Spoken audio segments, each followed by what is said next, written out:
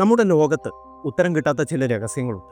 കാലം എത്ര കഴിഞ്ഞാലും ചരിത്രത്തിൻ്റെ താളുകളിൽ നിന്ന് മാഞ്ഞു പോകാതെ നമ്മെ ഭയപ്പെടുത്തുകയും ഒപ്പം ആകാംക്ഷഭരിതരാക്കുകയും ചെയ്യുന്ന ചില ദുരൂഹതകൾ. അത്തരത്തിലൊരു കഥയാണ് നമ്മളിന്ന് പറയാൻ പോകുന്നത്. മനുഷ്യ മനസ്സിനെ ഇന്നും അസ്വസ്ഥമാക്കുന്ന സ്കോട്ട്ലൻഡിൻ്റെ പടിഞ്ഞാറൻ തീരത്ത് സ്ഥിതി ചെയ്യുന്ന വിജനമായ ഒരു കൊച്ചു കാഴ്ച ബംഗ്ലാവിനെ ചുറ്റിപ്പറ്റിയുള്ള കഥ.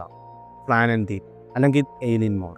അറ്റ്ലാന്റിക് സമുദ്രത്തിൻ്റെ അലകൾ ആഞ്ഞടിക്കുന്ന കാറ്റും കോളും നിറഞ്ഞ ഈ ഒറ്റപ്പെട്ട ദ്വീപിന് മുകളിൽ തലയുയർത്തി നിൽക്കുന്ന വിളക്കുമാടം. 1900 ലോകമറിയുന്ന ഒരു ദുരൂഹതയ്ക്ക് ഈ വിളക്കുമാടം സാക്ഷ്യം വഹിച്ചു. ഈ വിളക്കുമാടം സംരക്ഷിക്കാൻ നിയോഗിക്കപ്പെട്ട 3 പരിചയസമ്പന്നരായ ജീവനക്കാർ ഒരു രാത്രിയുടെ മറവിൽ അപ്രത്യക്ഷരായി. ഒരു സൂചന പോലും അവശേഷിപ്പിക്കാതെ, ഒരു പോറൽ പോലും ഏൽക്കാതെ അവർ എങ്ങോട്ട് പോയി? അവർക്ക് എന്ത് സംഭവിച്ചു? ആരെങ്കിലും അവരെ തട്ടിക്കൊണ്ടുപോയതോ, അതോ മറ്റേതോ അജ്ഞാത ശക്തിയുടെ ഇരകളായതോ? വിളക്കുമാടം ശാന്തമായിരുന്നു, വാതിൽ ഭദ്രമായിരുന്നു, ഭക്ഷണം മേശപ്പുറത്ത് തയ്യാറാക്കി വച്ചിരുന്നു. എന്നാൽ ആ മുറികളിൽ ആളുകൾ മാത്രം ഉണ്ടായിരുന്നില്ല. ഈ ദുരൂഹതയുടെ ചുരുളഴിക്കാൻ ശ്രമിക്കുമ്പോൾ ഓരോ ഉത്തരവും കൂടുതൽ ചോദ്യങ്ങളിലേക്ക് നമ്മെ നയിക്കുന്നു. ഫ്ലാനൻ ദ്വീപിൽ യഥാർത്ഥത്തിൽ സംഭവിച്ചത് എന്താണ്? ഈ ചോദ്യത്തിനുള്ള ഉത്തരം തേടി ഭയത്തിൻ്റെയും ആകാംക്ഷയുടെയും ഈ യാത്ര ആരംഭിക്കാം. പുതിയൊരു വീഡിയോയിലേക്ക് എല്ലാവർക്കും സ്വാഗതം. ഫ്ലാനൻ ദ്വീപുകൾ സ്കോട്ട്ലൻഡിൻ്റെ ഔട്ടർ ഹൈബ്രിഡ്സ് ദ്വീപസമൂഹത്തിന് പടിഞ്ഞാറ് ഭാഗത്തായി സ്ഥിതി ചെയ്യുന്ന 7 ചെറിയ തുരുത്തുകളുടെ കൂട്ടമാണ്. ചരിത്രപരമായി 7 ഹണ്ടേഴ്സ് എന്ന പേരിലാണ് ഈ ദ്വീപുകൾ അറിയപ്പെട്ടിരുന്നത്. പ്രധാന ദ്വീപ് എയ്ലിൻമോർ ആണ്.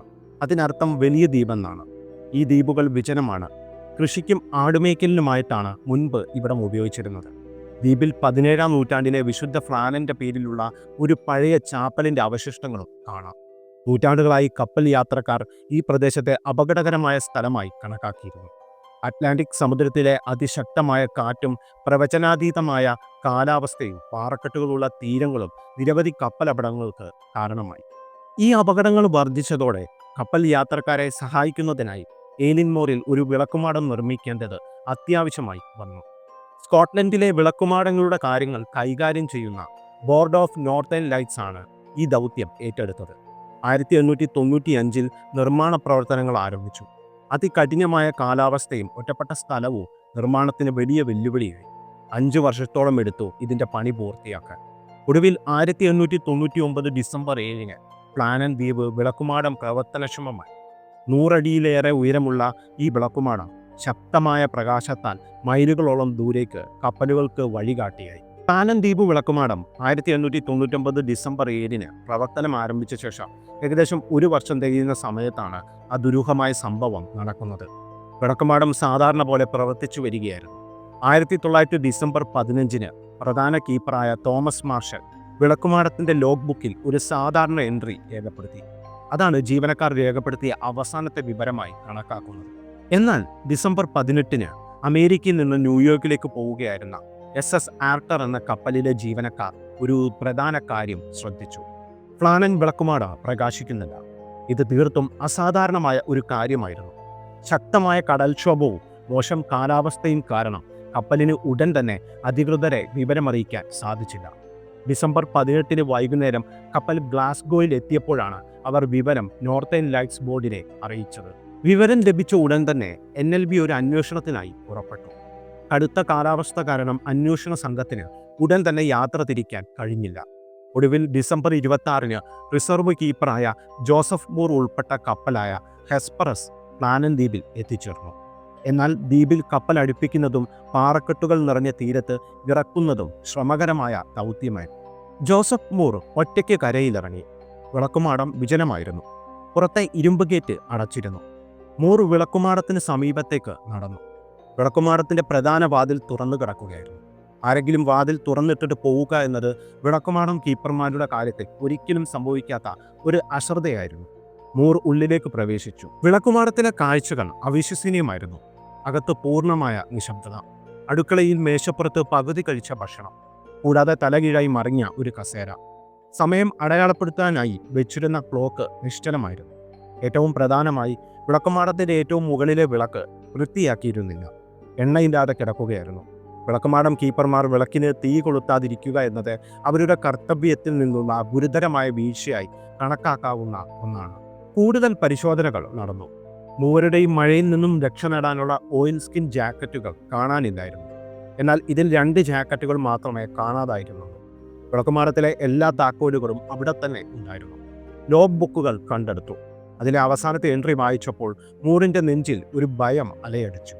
ഡിസംബർ 12 രേഖപ്പെടുത്തിയ എൻട്രിയിൽ ദ്വീപിൽ വലിയ കാറ്റും കോളും ഉണ്ടെന്നും ഇതുവരെ കാണാത്തത്ര ശക്തമായ കൊടുങ്കാറ്റാണെന്നും രേഖപ്പെടുത്തിയിട്ടുണ്ട്. ഡക്കറ്റ് അസ്വസ്ഥനാണെന്നും മാർഷൽ കരയുകയാണെന്നും മറ്റൊരു എൻട്രിയിൽ പറയുന്നു. ലോകം മുഴുവൻ അറിയപ്പെടുന്ന പരിചയസമ്പന്നരായ വിളക്കുമാടം കീപ്പർമാർ ഇത്തരത്തിൽ അസ്വസ്ഥരാവുകയോ കരയുകയോ ചെയ്യുക എന്നത് അവിശ്വസനീയമായിരുന്നു. എന്നാൽ ഡിസംബർ 13 കാലാവസ്ഥ ശാന്തമായി. കൊടുങ്കാറ്റ് അവസാനിച്ചു എന്ന് രേഖപ്പെടുത്തിയിരിക്കുന്നു. ഇതും ദുരൂഹത വർദ്ധിപ്പിച്ചു. കാരണം പുറത്തുനിന്നുള്ള കാലാവസ്ഥാ രേഖകളിൽ ഡിസംബർ 12 ശേഷമുള്ള ദിവസങ്ങളിൽ വലിയ കൊടുങ്കാറ്റുകളൊന്നും രേഖപ്പെടുത്തിയിട്ടില്ല. മൂവരുടെയും മൃതദേഹങ്ങൾ കണ്ടെത്താൻ സാധിച്ചില്ല. തീരത്തുടനീളം കപ്പലിന്റെ അവശിഷ്ടങ്ങളോ മറ്റു സാധനങ്ങളോ ഉണ്ടായിരുന്നില്ല. NLB സൂപ്രണ്ടായ റോബർട്ട് ഉയഹെഡ് ഒരു ഔദ്യോഗിക അന്വേഷണം ആരംഭിച്ചു. അദ്ദേഹത്തിന്റെ റിപ്പോർട്ട് അനുസരിച്ച് മൂവരും ചേർന്ന് ലൈറ്റ് ഹൗസിന് പുറത്തുള്ള പടിഞ്ഞാറ് ഭാഗത്തുള്ള സ്റ്റോർ റൂമിലെ വസ്തുക്കൾ സുരക്ഷിതമാക്കാൻ ശ്രമിക്കുന്നതിനിടയിൽ ഒരു ഭീകരമായ തിരമാല വന്ന് അവരെ കടലിലേക്ക് കൊണ്ടുപോയി എന്ന നിഗമനത്തിലാണ് എത്തിച്ചേർന്നത്. ഇതാണ് ഔദ്യോഗിക വിശദീകരണം. എന്നാൽ അപ്രത്യക്ഷമായ 3 പേരിൽ 2 പേരുടെ ഓയിൽ സ്കിൻ ജാക്കറ്റുകൾ മാത്രമേ കാണാതായിരുന്നുള്ളൂ എന്ന ഒരു വൈരുദ്ധ്യം ഈ റിപ്പോർട്ടിൽ നിലനിൽക്കുന്നു. സാധാരണയായി വിളക്കുമാടം പ്രവർത്തിപ്പിക്കുമ്പോൾ ഒരാൾ ലൈറ്റ് ഹൗസിനുള്ളിലും മറ്റു 2 പേർക്ക് പുറത്തു പോകാം എന്നതായിരുന്നു നിയമം. അങ്ങനെയെങ്കിൽ 3 പേരും ഒരുമിച്ച് പുറത്തു പോകുകയില്ല. ഇനി പോയിരുന്നെങ്കിൽ 3 പേരുടെയും ജാക്കറ്റുകൾ കാണാതിരിക്കേണ്ടതായിരുന്നു. ഈ വൈരുദ്ധ്യങ്ങളാണ് ഈ കേസിനെ ഒരു ഫ്ലാനൻ ദ്വീപ് രഹസ്യമാക്കി നിലനിർത്തുന്നത്. മറ്റു നിരവധി സിദ്ധാന്തങ്ങളും ഈ തിരോധാനത്തെ ചുറ്റിപ്പറ്റി ഉണ്ടായി. ചിലർ ഇത് കടൽ സർപ്പത്തിന്റെ ആക്രമണമാണെന്ന് വിശ്വസിച്ചു. മറ്റു ചിലർ വിദേശ കപ്പലുകൾ വന്ന് അവരെ തട്ടിക്കൊണ്ടുപോയതാവാമെന്ന് വാദിച്ചു. ജീവനക്കാർ തമ്മിലുള്ള വഴക്കും തുടർന്ന് നടന്ന കൊലപാതകവും പിന്നീട് ആത്മഹത്യയുമാണ് മറ്റൊരു സിദ്ധാന്തം.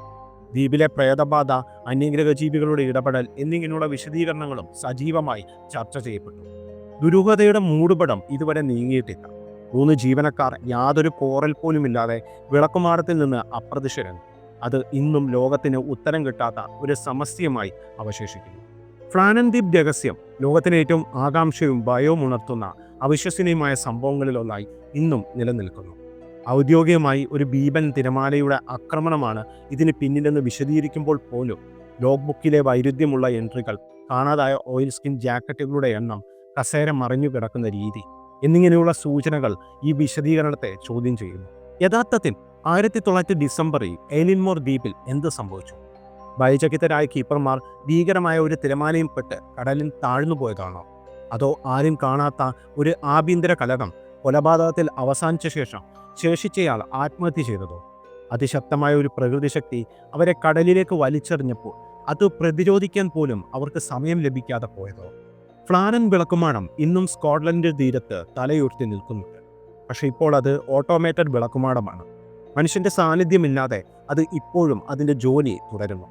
എന്നാൽ ഓരോ രാത്രിയിലും അതിൻ്റെ പ്രകാശം ദൂരേക്ക് പായിക്കുമ്പോൾ 125 വർഷം മുമ്പ് നടന്ന ആ ദുരൂഹമായ തിരോധാനത്തിൻ്റെ ഓർമ്മകൾ അറ്റ്ലാന്റിക് സമുദ്രത്തിലെ കാറ്റിനൊപ്പം ലോകമെമ്പാടുമുള്ള കേൾവിക്കാരിലേക്ക് എത്തുന്നു. ഈ രഹസ്യത്തിന് പിന്നിലെ നിങ്ങളുടെ സിദ്ധാന്തം എന്താണ്? കമൻറ്റ് ബോക്സിൽ രേഖപ്പെടുത്തുക.